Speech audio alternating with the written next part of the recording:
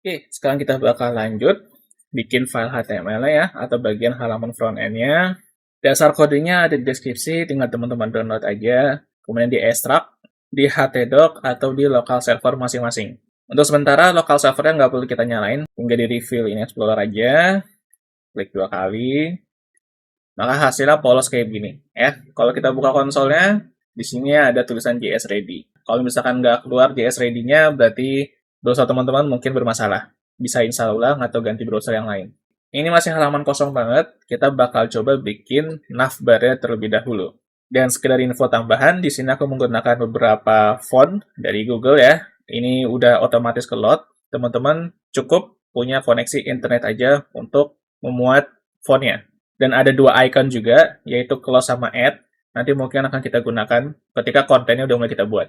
Sekarang kita bikin navbar-nya dulu. Biasalah ya, tinggal div, kita kasih kelas namanya navbar, tadi otomatis bakal kebuat. Terus kita bikin bagi dua kanan sama kiri deh. Jadi di sini aku kasih div 1, terus di bawahnya div 1 lagi. Nah, yang di sini itu kita kasih misalkan resepku deh. Kemudian di sebelah kanannya, kalau dilihat dari video sebelumnya, ada button ya. Tinggal kita kasih button di sini, tambah resep.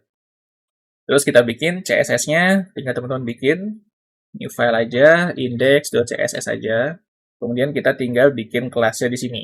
Untuk kelas button, silahkan teman-teman pause aja videonya. Ini supaya nggak kepanjangan videonya ya. Jadi aku cut, langsung udah keluar aja CSS-nya.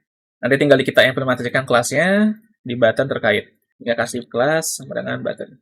Oke, itu untuk button. Sekarang kita bakal lanjut ke bagian navbar-nya. Nah, untuk navbar, CSS-nya bakal aku pisah.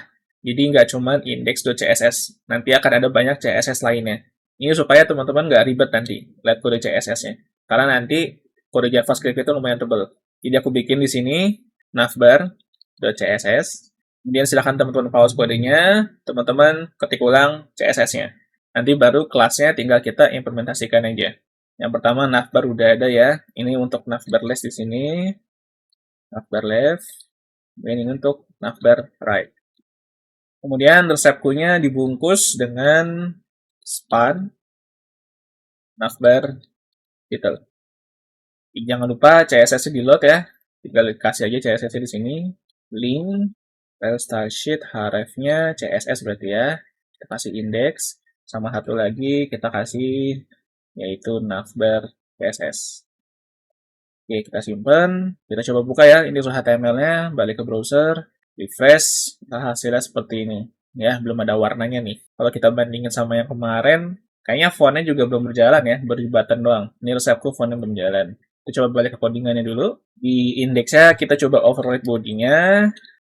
Jadi otomatis nanti body-nya bakal ngasih font family yang sama kayak button, yaitu di navpav. Kemudian kita kasih marginal pixel lah ya, supaya di halamannya nggak ada rongga antara layar browser sama halaman website kita ya. Kita coba save dulu, balik ke browser, refresh, oke, aman lah ya. Ini resepnya udah sesuai, sama tambah resepnya udah sama fontnya. Ya, kalau misalkan teman-teman mau ubah style tombolnya atau fontnya silahkan aja. Selama teman-teman paham apa yang teman-teman lakukan ya. Kita balik ke codingan lagi. Ini background-nya, navbar-nya belum ada warnanya ya. Kita kasih warna dulu. Kita balik ke index.css, kita kasih aja di sini kelas bgmain ya. Nanti kita kasih warna background color, terus RGB aja. Lalu dikasih RGB, kelas bgmain-nya tinggal kita copy aja. Kita pakai ke button-nya ya. Oh sorry, bukan button, navbar. Di sini balik ke browser, jadi warna kuning. Ya, oh button-nya juga ternyata perlu ya. Oke, kita berarti tinggal kasih bgmain-nya ke button aja di sini.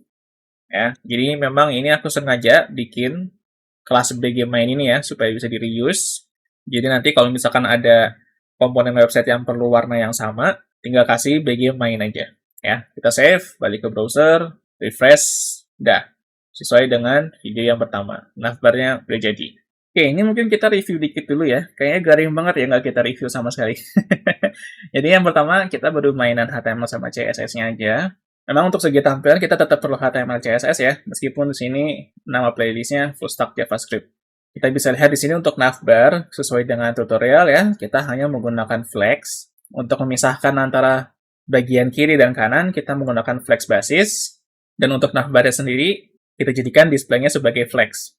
ya. Sisanya tinggal ya aksesoris atau hiasan aja lah ya. Kayak margin left dan font size, itu bisa teman-teman atur sendiri kalau misalkan kurang cocok. Untuk index.css-nya juga standar ya, kita cuman melakukan cosmetic things saja, atau hiasan aja. Jadi cuma ganti font, kemudian untuk button juga kita style habis-habisan, kita ubah ukuran dan tingginya, serta fontnya juga, sampai ke border-bordernya. Dan di sini kita baru selesai bikin navbar-nya aja. Kenapa di sini CSS-nya aku pisah? Sebenarnya, secara best practice, CSS itu nggak boleh dipisah kayak gini ya. Seharusnya satu CSS saja cukup. Tapi untuk mempermudah teman-teman, karena nanti JavaScript itu tebel, bisa sampai 150 baris lebih, aku bikin supaya teman-teman nggak overwhelming sama CSS-nya. Maintenance-nya juga lebih mudah.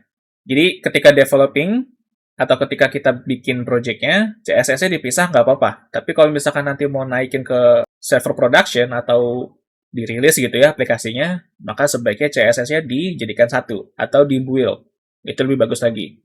Tapi kayaknya di tutorial belum aku ajarin ya cara build CSS ataupun build JavaScript.